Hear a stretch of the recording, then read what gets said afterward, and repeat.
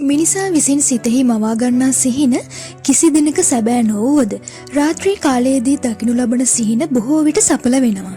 සිහින හෙවත් ස්වප්න ආශ්‍රයෙන් ඒවා විමසා බලා පලාපල කීම ආරම්භ වූයේ අධික ඊයක පටන් නෙවෙයි.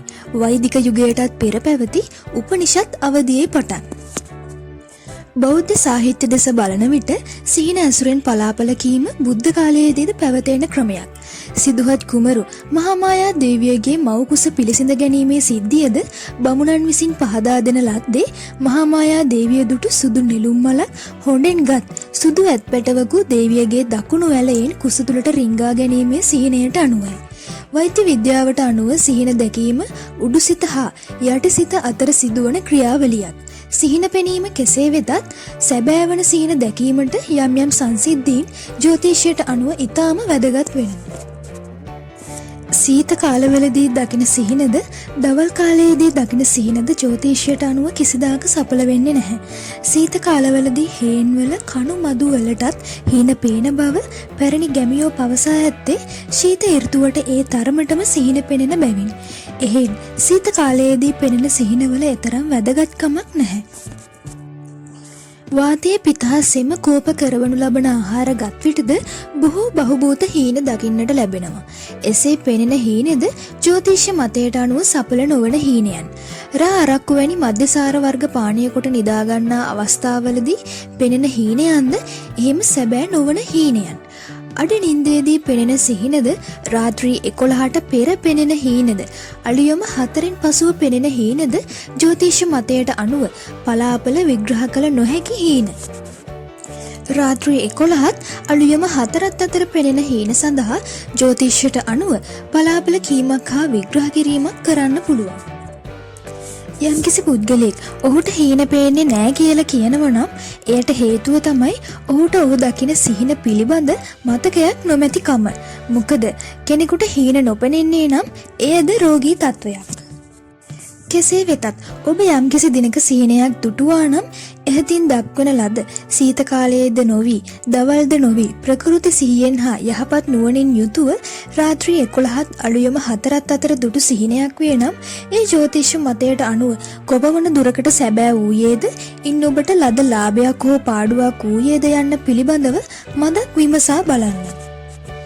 ඔබේ නිවසට වැල නොකැඩී ජනී ජනයා එන අන්දම ඔබ යම් දිනක සිහිනෙන් දුටුවේ නම් ඔබේ නිවසේ මරණයක් පින්කමක් උත්සවයක් හෝ මිනිසුන් ගැවසෙන ඒ අන්දමේ අවස්ථාවක් සිහිනය දැක සත්දිනක් යාමට මත්තෙන් සිදුවිය යුතුය. එසේම තෑගි භෝග බඩු පුරවන ලද මලු ඇඳුම් පැළඳුම් කරපින්නාගෙන ඔබේ නිවසට දෙතුන් දෙනෙකුගෙන් යුත් කණ්ඩායමක් සිනාමුසු මුහුණෙන් යුතුව පැමිණෙන්නේ නම් ඒ ඔබට විශාල ලාභයක් අත්කොට දෙන තත්වයක්.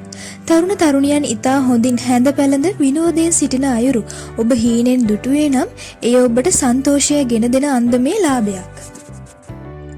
ජ්‍යොතිෂ මතයට අනුව සීන පලාපල විස්තර කිරීමේදී ඔබ නිර්වත්ව සිටින අන්දමත් ඔබ නිර්වත්ව සිටියේ මහා සෙනගක් මැජේ නම් එයද ඔබට විශාල ලාභයක් ගෙන දෙන කරුණක්. එමෙන්ම ජීවිතයේ ඉදිරි කාලය වඩා යහපත් වන බව කියාපෑමෙන් පෙර නිමිත්තක්.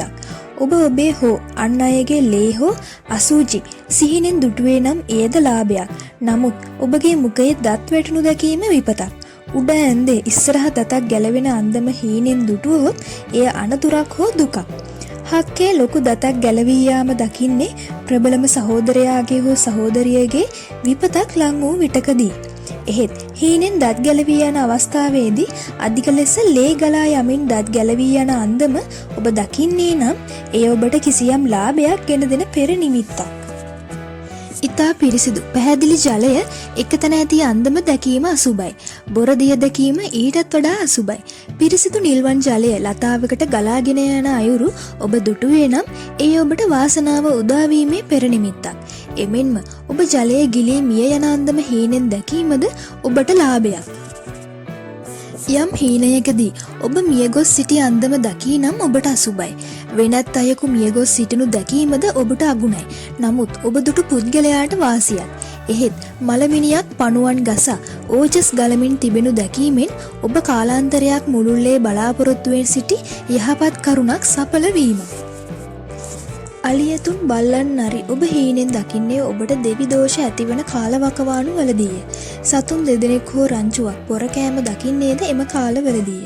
සෙනසුරු වැනි ඒ රාෂ්ටක අපල උදාවන විට මෙවැනි සිහින පෙනීම සිදුවන බව ජ්‍යොතිෂය ඉගැන්වීමයි. ඔබ වැරහැලි ඇඳ සිටිනු දැකීම මෙන්ම යාචකයන් දැකීම අසුබ ලකුණක්. මුදල් හා මුදල් නෝට්ටු මිටිපිටින් දැකීම ඔබ ණයකාරයෙකු වීමේ ලක්ෂණයක්. ඔබ ඉදිකරන නිවස කඩා වැටුණු දැකීම ළඟම ඥාතියෙකුගේ මරණයක්. බිත්තියක් කඩාගෙන වැටුණු දැකීම අකල් මරණයක ලකුණක්. එමෙන්ම ගහකොළ ඉදිරි බිම වැටෙන දැකීමද පැරණි ගස් කඩා වැටීමද හීනෙන් පෙන්눔 කරන්නේ අකල් මරණ පිළිබඳ ප්‍රවෘත්ති අසන්නට කිට්ටුවන විටදීය. විශේෂයෙන්ම ගර්භණී අවස්ථාවලදී ඔබ සුදු වස්ත්‍ර ඇඳ සිටිනු සිහිනෙන් දැකීම එතරම් සුබ නොවේ. කෙසේ වෙතත් අසුබ සිහිනයක් දුටු විට එය අන් අය සමග ප්‍රකාශ කරනවට වඩා දෙහි දොඩම් නාරං වැනි පැංගිරි ගසකට කීමෙන් හීනයේ නපුරු බව දුරු වී යන බවටද ජ්‍යොතිෂ මතයක් වෙනවා. මෙහිදී අවධාරණය කළ යුතු වන්නේ ඔබ දුටු සිහිනයේ සුබ සිහිනයක්ද අසුබ සිහිනයක්ද යන්න මුලින්ම ඔබ විසින්ම යම් විනිශ්චයකට ලක් කිරීමක්. ඉතින් මේ වගේ තවත් අලුත් වීඩියෝ නැරඹීම සඳහා නිෂුවෙසල් YouTube channel එක දැම්ම subscribe කරන්න. තවත් දවසක මේ වගේ අලුත් වීඩියෝ එකකින් හමු වෙමු.